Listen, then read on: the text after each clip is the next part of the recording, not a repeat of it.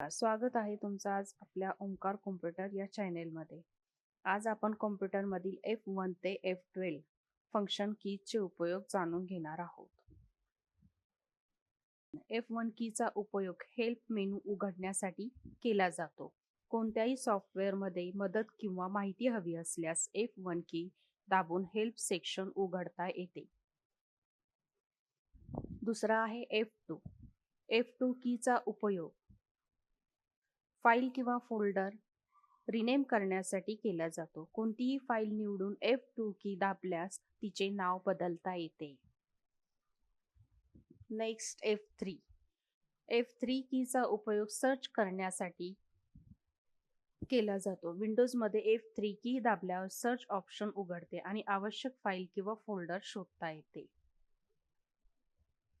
F4. F4 कीचा उपयोग वेगवेगळ्या ॲप्लिकेशन्समध्ये वेगवेगळा असतो. विंडोजमध्ये Alt F4 दाबल्यास चालू असलेली विंडो बंद करता येते. नंतरची आहे F5.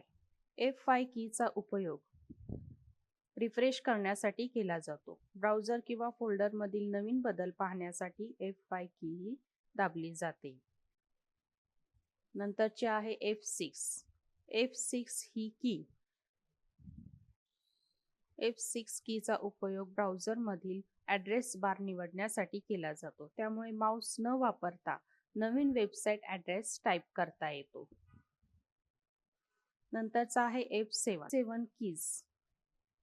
F7 कीजचा उपयोग स्पेलिंग अँड ग्रामर तपासण्यासाठी केला जातो.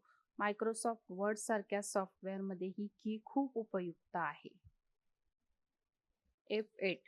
F8 कीचा उपयोग विंडोज स्टार्टअप ऑप्शन्स उघडण्यासाठी केला जातो. संगणक सुरू होताना काही ट्रबल शूटिंग ऑप्शन्स मिळवण्यासाठी याचा वापर होतो. F9 कीचे कार्य सॉफ्टवेअरनुसार बदलते. मायक्रोसॉफ्ट आउटलुकमध्ये सेंड अँड रिसीव्हसाठी तर एक्सेलमध्ये फॉर्म्युलाज कॅल्क्युलेट करण्यासाठी वापरला जातो. F10 कीचा उपयोग ॲप्लिकेशनमधील मेनू बार सक्रिय करण्यासाठी केला जातो. त्यामुळे कीबोर्डच्या मदतीने मेनू वापरता येतो. नंतरचा आहे F11 कीचा उपयोग फुल स्क्रीन मोड सुरू किंवा बंद करण्यासाठी केला जातो.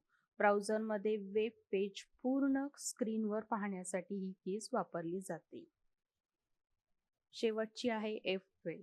F12 चे कार्य सॉफ्टवेअरनुसार बदलते. मायक्रोसॉफ्ट वर्डमध्ये सेव्ह ॲज विंडो उघडण्यासाठी आणि ब्राउझरमध्ये डेव्हलपर टूल्स उघडण्यासाठी F12 कीज ही वापरली जाते. आज आपण F1 ते F12 फंक्शन कीजचे उपयोग जाणून घेतले. या कीजचा योग्य वापर केल्यास कॉम्प्युटरवर काम अधिक लवकर आणि सोपे होते. व्हिडिओ आवडला असेल तर लाईक, शेअर आणि सबस्क्राईब नक्की करा.